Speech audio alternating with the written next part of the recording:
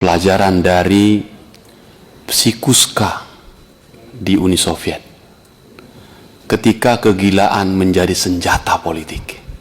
Saya tertarik debat pimpinan tadi yang baik Pak Habibur Rahman dan Pak Sahroni tadi.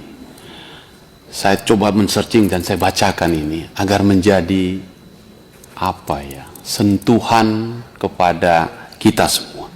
Kira-kira begini, Psikuska, saya kira orang-orang psikolog tahu, sejarah selalu meninggalkan jejak untuk dipelajari. Di era Soviet ada satu strategi yang begitu cerdas tetapi juga begitu kejam, menggunakan ilmu psikologi sebagai alat eliminasi.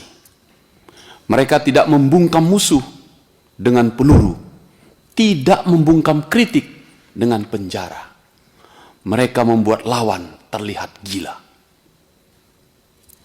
Mereka menyebutnya Psikuska, rumah sakit jiwa yang bukan sekedar tempat pengobatan, tetapi juga alat politik.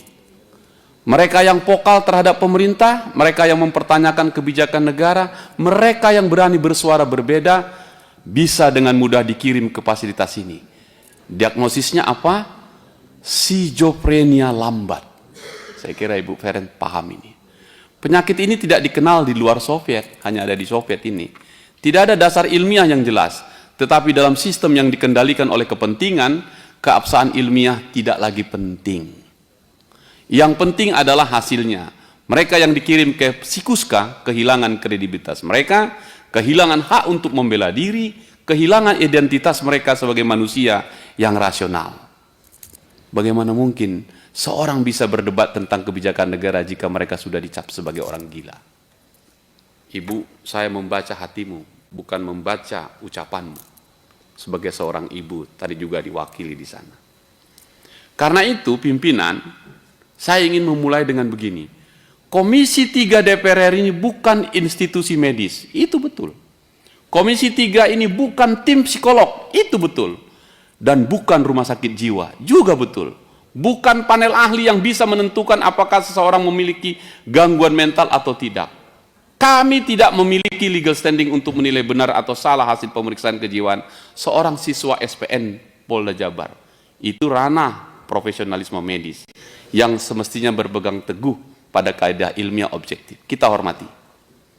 Tetapi kami semua memiliki moral standing untuk menilai baik dan buruknya suatu sistem. Izinkan pimpinan saya bilang, dalam kali ini sistem ini buruk sekali. Nggak jauh bedanya coba Kawidokes dengan ini. Hanya 2 orang yang membatasi. Tapi 2 hal yang berbeda, langit dan bumi, yang mengakibatkan korban itu. Sebuah keputusan administratif dalam pendidikan kepolisian yang seharusnya bisa diselesaikan di level internal Polda Jabar, kini bergulir hingga ke meja Komisi 3. Ibu, jangan khawatir, ruangan ini keadilan untuk rakyat.